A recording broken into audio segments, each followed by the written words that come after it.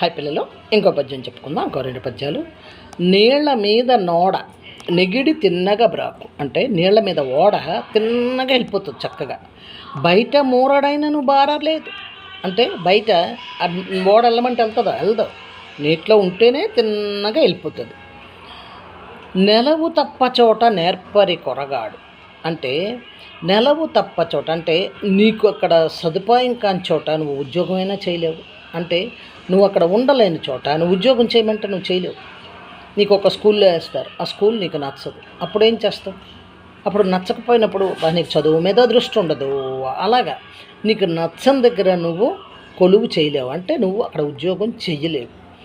వీళ్ళ ఇంట్లో నేను పని చేయలేను అంటారు కొంతమంది పని మనుషులు.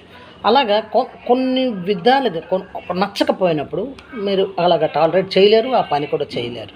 అలాగా పడవ మీద పడవ నీటి మీద చక్కగా వెళ్ళిపోతుంది, భూమి మీద కొంచెం కూడా వెళ్ళదు. అంటే స్థానబలము లేకున్నచో బుద్ధిమంతుడైనను మంచిని గ్రహింపలేడు. ఇక్కడ ఏమన్నాడంటే స్థానబలము లేకున్నచో అంటే అక్కడ నీకు ఇంట్రెస్ట్ లేకపోతే, ఉండడానికి ఇంట్రెస్ట్ లేకపోతే నీకు నీ తాలూకు బుద్ధి కూడా పనిచేయదు, నీకు నచ్చదు. సో నీకు కూడా ఇంట్రెస్ట్ ఉండకపోయినప్పుడు నువ్వు పని ఏం చేస్తావు చెప్పు. అలాగా ఇంకొకటి ఉంది. ఇలాగ నీళ్లలోన మీను నిగిడి దూరము పాలు, బయట మూరడైన బారలేదు. స్థానబల్మి కానీ తన బల్మి కాదయ్యా. అంటే నీటిలో నా చాపిల్ల ఎంత దూరమైనా వెళ్తుంది, భూమి మీద పడేస్తే కొంచెమైనా నడలేదు దానికి. అంతే, అది చేప బయట వేసేటప్పుడు చచ్చిపోతుంది, అది నడవలేదు.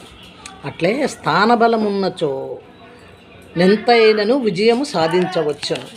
అంటే స్థానబలము అంటే ఎక్కడైతే నువ్వు ఉన్నావో అక్కడ నీకు నీ ఇంటి దగ్గర అనుకో, తర్వాత నీ ఊళ్ళో అనుకో, నీకు మంచి అంటే ఒక స్థానం సంపాదించుకోవడానికి కానీ, ఒక సక్సెస్ అవ్వడానికి కానీ నీకు కొంత బలం ఉంటుంది. అంటే ఇప్పుడు చాలామంది ఏంటంటారు, వాళ్ళు ఎలక్షన్స్ కానీ అది కానీ ఊళ్ళోనే వాళ్ళు పోటీ చేస్తారు. ఎందుకంటే వాళ్ళ గురించి అందరికీ తెలుసు కాబట్టి ఊళ్ళో వాళ్ళు పోటీ చేస్తారు అన్నమాట. అక్కడైతే గెలుస్తారని.